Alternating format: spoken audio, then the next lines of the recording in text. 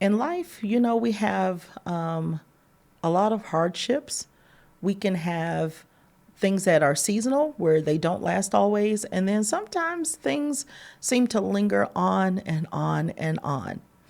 I was in clinic one day, and as a respiratory therapist, I see a lot of things that I can't imagine how people endure day to day things, medical conditions, but they get through it. And on this particular day, it was a young girl who has a neuromuscular condition that makes her weak.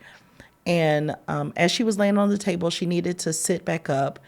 And the doctor asked, "Do you need help?" And she said, "No, I can do it." And as she struggled to get up, she looked over at her mom and said, "Mom, I need help." And her mom lovingly looked at her and said, "You can do the hard stuff too." And that struck something in me. It wasn't this mother wanting to punish her daughter for having this condition.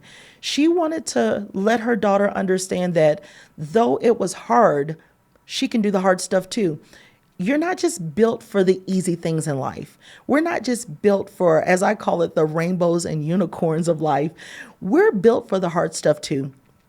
As I think about the challenges in my life, financial, family, relational, work challenges, health challenges, I think, God, this is hard. And I can hear him saying, "Tracy, you can do the hard stuff too. I didn't build you just to go through life easy. How else would you grow? If you don't exercise, if you don't lift the weight, your muscles will never get stronger. If that mother would have just helped that daughter every time she asked for help, she would never understand the strength that was inside of her, that she can do those things, knowing that her mother was still there if she couldn't make it through.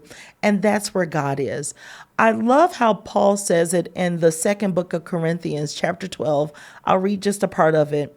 He said, "That's why I take pleasure in my weakness, in the insults, in the hardships, persecutions, and troubles that I suffer for Christ. For when I am weak, then I am strong." Why? Because in the previous verse, God said to him, "My grace is all that you need. My power works best in weakness."